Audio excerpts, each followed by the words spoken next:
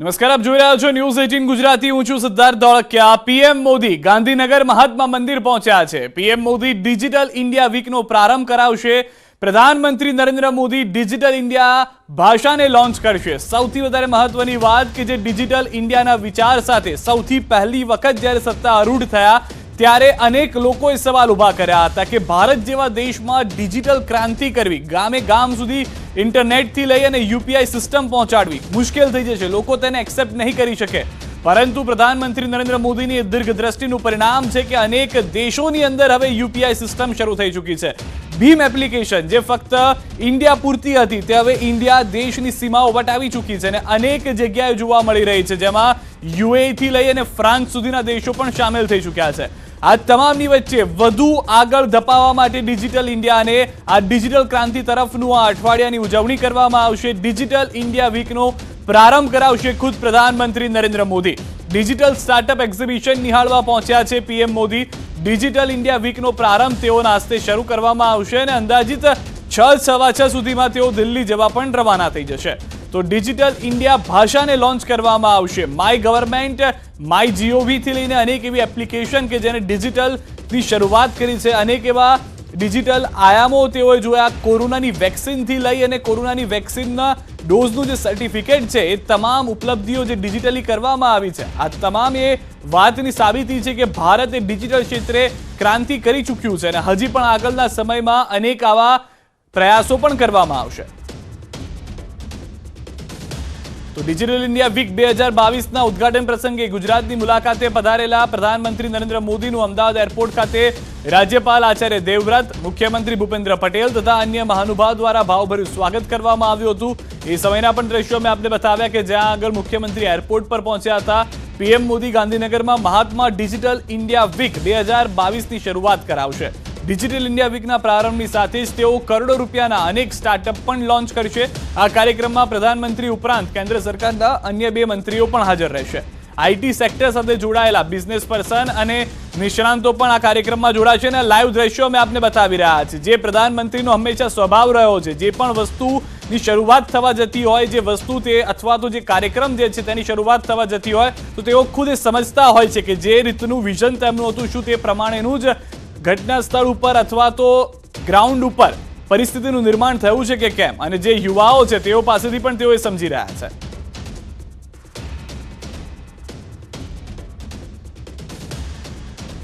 જે ભારતીય ભાષામાં ઇન્ટરનેટ અને ડિજિટલ સેવાઓની સરળ એક્સેસને સક્ષમ બનાવશે તે માટેની આ પ્રયાસ છે. આઈટી સેક્ટર સાથે જોડાયેલા બિઝનેસ પર્સન અને નિષ્ણાંતો પણ આ કાર્યક્રમમાં જોડાયા છે.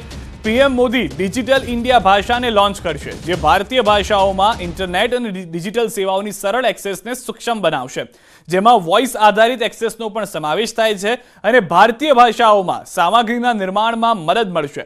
પીએમ ડિજિટલ ઇન્ડિયા જીનેસિસ જે એક રાષ્ટ્રીય ડીપટેક સ્ટાર્ટઅપ પ્લેટફોર્મ છે અને ભારતના ટિયર 2 અને ટિયર 3 શહેરોમાં સફળ સ્ટાર્ટઅપ્સને શોધવા માટેનું, સમર્થન આપવા માટેનું, વૃદ્ધિ કરવા અને બનાવવા માટે લોન્ચ કરવામાં આવશે. વધુ માહિતી મેળવીશું. ન્યૂઝ 18 સંવાદદાતા મયુર અમારી સાથે જોડાઈ ગયા છે. મયુર, ટૂંક સમયમાં પ્રધાનમંત્રી આ સંબોધન કરવા જશે, સ્ટાર્ટઅપની શરૂઆત થશે. કઈ રીતના લાભ જોઈ રહ્યા છે આ જે સ્ટાર્ટઅપ છે તેનાથી અથવા તો ડિજિટલ લોન્ચ છે તેનાથી?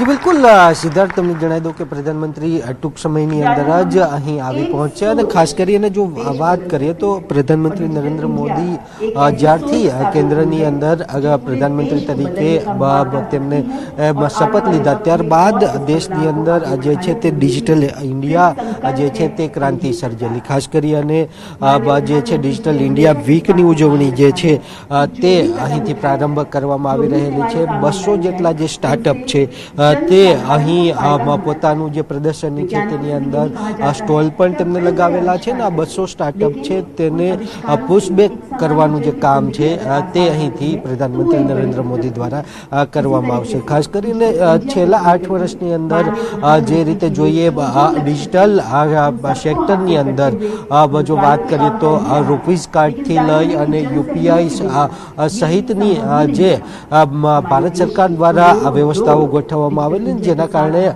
ભારતીય અર્થતંત્રને ખૂબ મોટો ફાયદો થયેલો છે.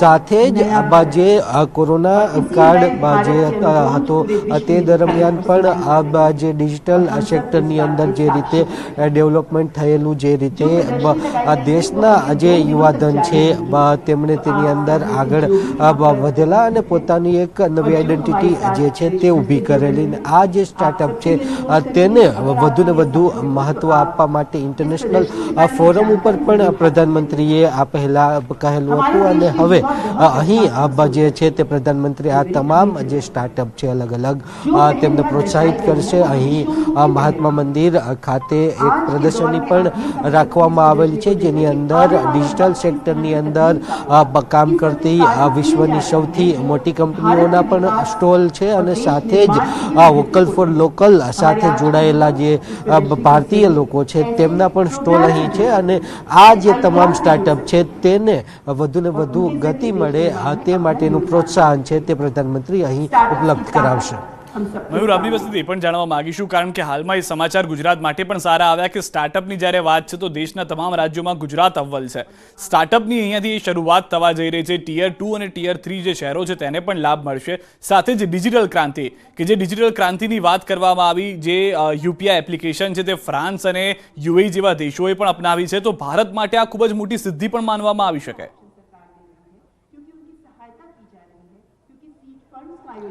બિલકુલ સિદ્ધાર્થ, તમને જણાવી દઉં કે રાજ્યની ભૂપેન્દ્ર પટેલ સરકારે પોતાની જે આઈટી પોલિસી છે તેની અંદર અનેક પ્રકારનો સુધારો કરી અને નવી પોલિસી જાહેર કરવામાં આવેલી છે. આ જે નવી પોલિસી છે તેના કારણે જે આઈટી સેક્ટરની અંદર કામ કરતી જે કંપનીઓ છે તે ખૂબ મોટા પ્રમાણની અંદર આવે તે માટે અનેક પ્રકારની આકર્ષક યોજનાઓ જે છે તે જાહેર કરવામાં આવેલી છે. સાથે જ જો વાત કરીએ તો ગિફ્ટ સિટી છે, તો ગિફ્ટ સિટીની અંદર આ તમામ જે આઈટી સેક્ટરની અંદર કામ કરતી કંપનીઓ એ આવે અને દેશ માટે ગિફ્ટ સિટીની અંદર નવા આઈટી પ્લેટફોર્મ, નવા જે સ્ટાર્ટઅપ છે તેને વધુ ગતિ મળે અને આઈટી સેક્ટરની અંદર નવી ક્રાંતિ આવે તે માટેની જે રાજ્ય સરકારની જે પોલિસી છે તે તૈયાર થયેલી છે.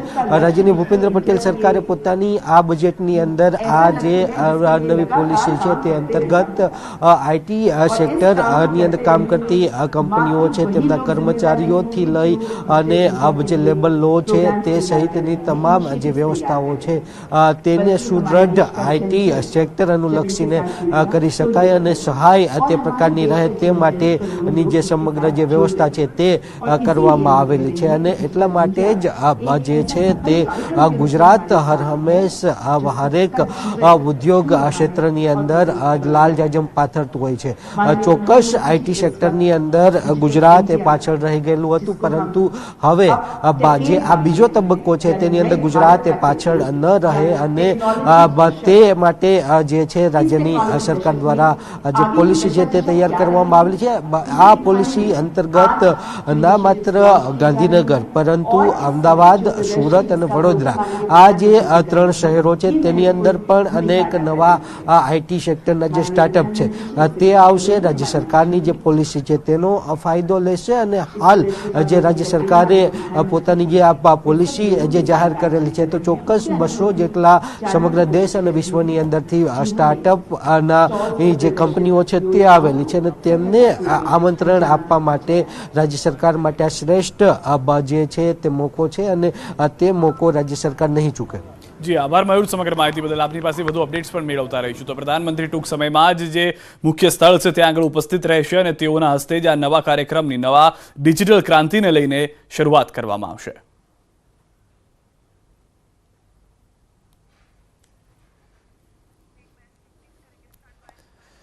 અને સમાચારમાં હવે વાત મેઘમહેરની.